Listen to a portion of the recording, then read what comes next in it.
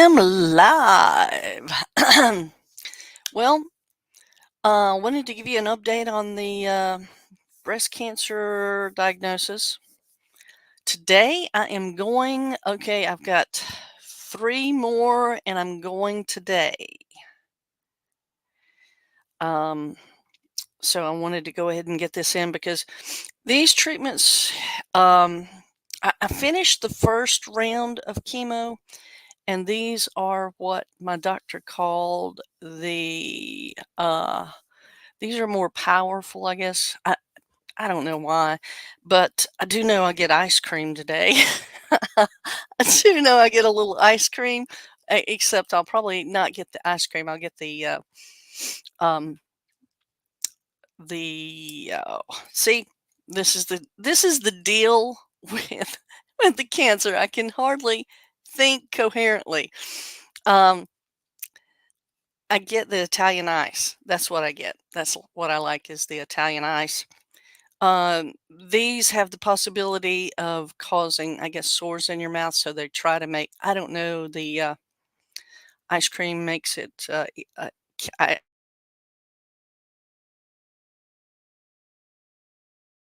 can help prevent, obviously, that's what, these are, a little bit longer treatments. So they last a little bit longer.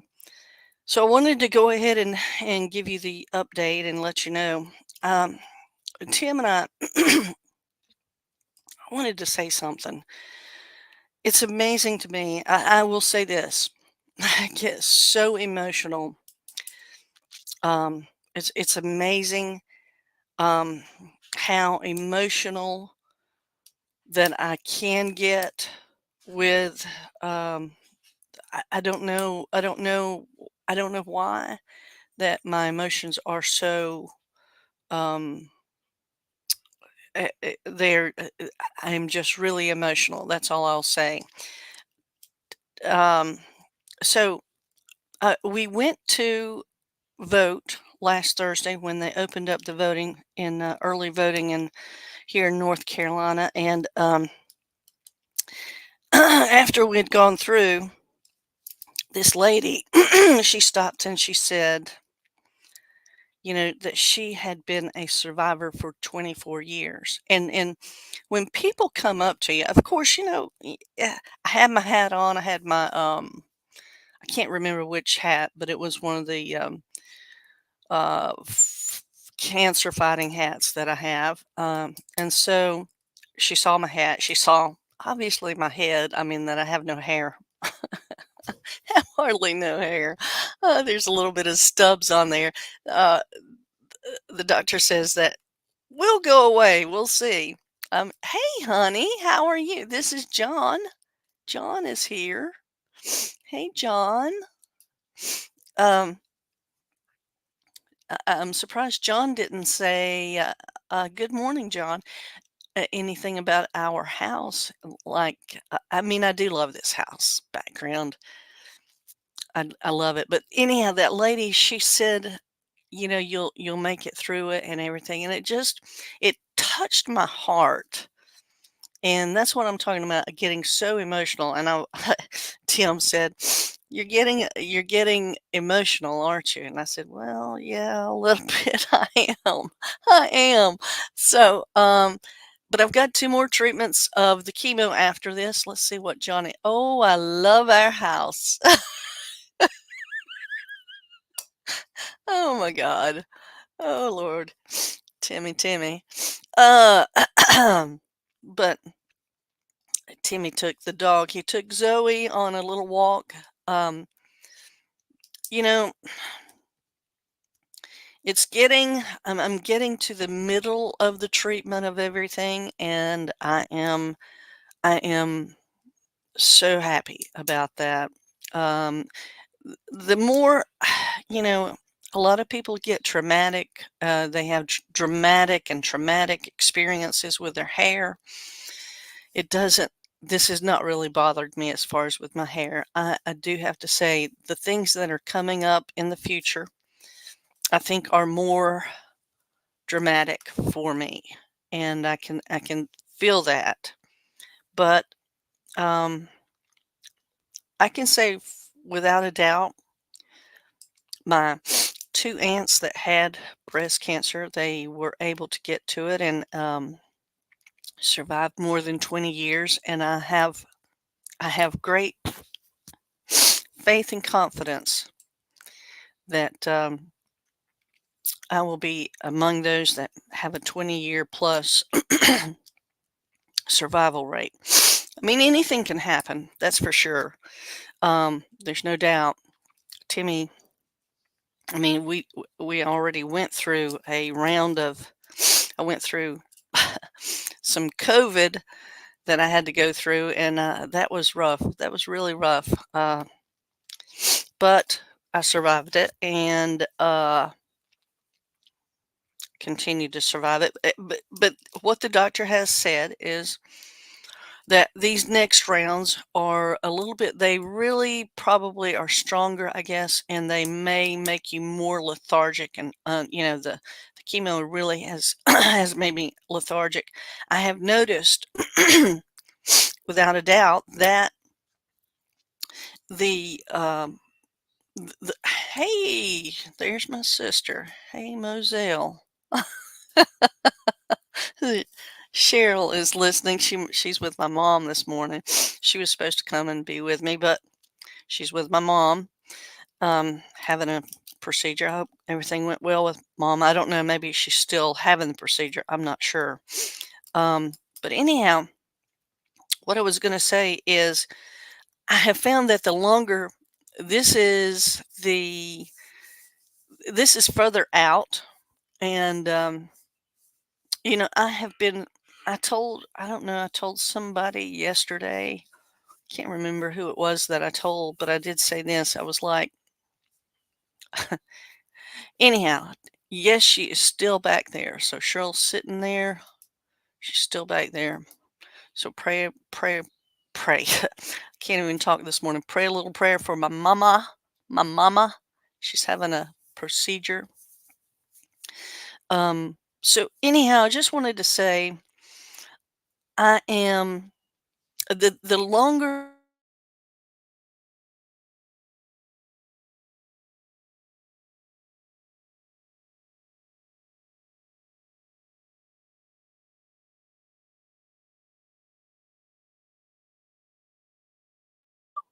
Oh, there I am. I tell you what. Can I tell you? I hate T-Mobile internet. We are going to change. T-Mobile is the worst, it seems like. Everything that we do, it causes a buffer, and it really, really irritates me. But that's the other thing. You can ask Timmy. You froze. I know, Cheryl. It was my internet. I didn't act. I am a little chilly this morning. It is a little chilly, I guess, but I'm not frozen. See, I can move. Cheryl got mad at them. I didn't think you had T-Mobile. We have it for our internet, and it's really, I'm very, not happy. Not happy at all. Okay, see? Distracted, can't think, can't remember what I was going to say. There was a thought process that was going on, got distracted, and that's exactly how chemo does me, personally. And I've seen and heard that it does other people that way too. That you get totally, you can't recall what you were thinking or about to do. Oh my goodness. Oh well. But so I'm very excited that I'm halfway through the chemo, and I only have after today I'll only have two more. So these are spread out a little bit longer, and I'm happy that it will. I'm praying that it will go well. I think I remember what I was going to say. I was going to say the person I was talking to, she said that they were praying for me, and I said sometimes I think that I've done so well as far as with the treatment and everything, and I know it's God's prayers and God's protection and that, but it's like um, it is like, is the medicine they're giving me, the actual stuff, I mean, it's just God has blessed me so much, and I mean, honestly, I really am thankful to God because I have not experienced harsh side effects as of yet. Now, God has protected me, and I will just say God protected me, and I'm thankful. Um, I am so very thankful. Um, Different things could change. And, you know, when I think about how my aunt that first got the breast cancer, when she first got it, and talking to her daughter and everything, because you don't necessarily know what an individual is going through unless you're with them and you know and see and witness it yourself. But she was saying how that her mom would have a hard time, and then I actually talked, and the reason I'm not that aunt has she has passed away since then, but my other aunt I have talked to as well, and she did not go through. And let me just give you the timeline. I think it was around 2000 that my first aunt got diagnosed, and then 10 years later, my other aunt got diagnosed and went through what she went through. And the improvement in the drugs and stuff is amazing. It is totally amazing. And I think I told you about Keytruda. Keytruda is an amazing cancer drug. They use it on different, it says 17 different cancers. And of course, I am taking some Keytruda and have that. So, but she or my other cousin said that my uncle, who had skin cancer type stuff, he would take Keytruda. And I found that amazing. So I don't know. And he had some type of, it was I can't remember, melanoma, I think is what he had. I can't remember. I'm not sure. But all I wanted to say is you don't know what somebody else is going through. And then you can see. And when I think about my aunt, the first aunt, I think how she made a way. She made a way. She went through the cancer, and she gives me hope to this day. She gives me hope that, okay, Aunt Eloise, she made it through. If she can make it through, I can make it through. And there's many, many people. And like when that lady came up to me, see, I'm getting emotional. When the lady came up to me after we voted, she gave me hope. She gave me hope and faith. God can see me through it. And every time you hear stories like that, and the thing about it is, I want to be that hope for somebody else. I want to be that example for somebody else. Okay, God can use me to show you that it doesn't necessarily have to be uh, something that ends your life. And you can have some hope and some ability to provide hope for others. So I hope, I hope that that gives you hope for tomorrow. Every struggle that I go through and I make it through it will provide hope and a way for someone else. Now, I will say this. No, I won't. I won't say it because I don't want to stir stuff up. But anyhow, as long as we have cancer, there's going to be other people that are going to have somebody that's made it through and to provide hope for others. I hope and pray that I can be that example for others. And yes, I have tried my best to you do have to change things in your life. You have to acknowledge stuff in your life, that hey, I need to eat better and this will help me fight the cancer. There's things that I need to change, and that hopefully that will give you some hope in the future. But this is me, and I'm hoping that we will. I sound like Kamala Harris, don't I? Hope, hope, hope. I didn't mean to sound like her. Oh my gosh. Let me just say this. If you have breast cancer in your life, I pray that God can keep you, that God can show you how you need to deal with it. And I pray that those that may have it will discover it quickly. Because, at the beginning, the thing about cancer is I don't know, I've said it to other people, but the thing about cancer is you don't necessarily know, you don't have a pain that you necessarily feel or see. Um, that's why it's important to do the screenings and stuff like that.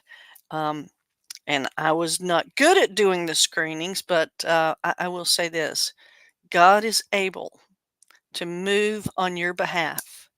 And I do believe that God can show you and God can reveal it so that you can get treated.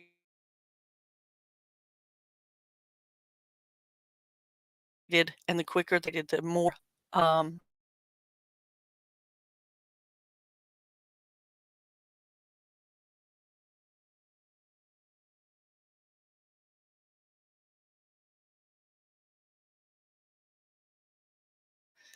trying to I'm trying to get off the stream, and T-Mobile does it again. Oh, they're so frustrating. Anyhow, I hope you have a wonderful day, and I'm going to go fight some cancer today. And I'll see you later. Thank you, and talk to you soon. Bye now.